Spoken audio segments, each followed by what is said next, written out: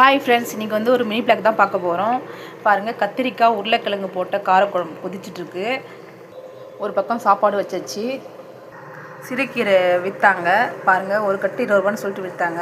சரி, சூப்பராக இருந்தது, பொரியல் பண்ணலாம் அப்படின்னு சொல்லிட்டு வாங்கினேன். பாருங்கள், சூப்பராக அவ்வளோ ஃப்ரெஷ்ஷாக இருக்குது. பாருங்கள், ரொம்ப ஃப்ரெஷ்ஷாக இருக்குது. பாருங்கள், சூப்பராக ஒரு பூச்சி எதுவுமே கிடையாது. நல்லா பிஞ்சு கிடையாது இருக்குது. பொரியல் பண்ணால் சூப்பராக சொல்லிட்டு வாங்கினேன். ஸ்கூல் லஞ்ச் பாக்ஸ் என்னென்னா பாருங்கள், இட்லியும் கொஞ்சமான காரக்குழம்பு ஊற்றி கொடுத்துட்டு சாப்பிடுவார். ஸ்நாக்ஸ் வந்து கடலை மிட்டாய் தான். சிறுக்கீரை பொரியல் செம்ம சூப்பராக ரெடி ஆகிடுச்சு. 2 எக்கு உடச்சி ஊற்றிருக்கிறதுனால பாருங்கள், சூப்பராக அந்த மாதிரி செஞ்சால் பாருங்கள், செம்ம சூப்பராக அந்த மாதிரி செஞ்சால்.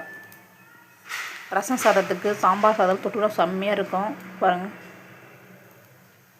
இந்த வெயிலுக்கு வந்து நல்லா ஜில்லுன்னு தயிர் சாதம் பாருங்கள். தயிர் சாதம் நல்லா இந்த வெயிலுக்கு ஜில்லுன்னு தயிர் சாதமும் உருளைக்கிழங்கு பாருங்கள். தயிர் சாதம் உருளைக்கிழங்கு சூப்பராக இருக்கும். ஒரு உருளைக்கிழங்கு எடுத்தாச்சு. இதில் வந்து தயிர் சாதம் இருக்கும் பாருங்கள். தயிர் சாதம் இப்போ சாப்பிட்டு பார்க்கலாம்.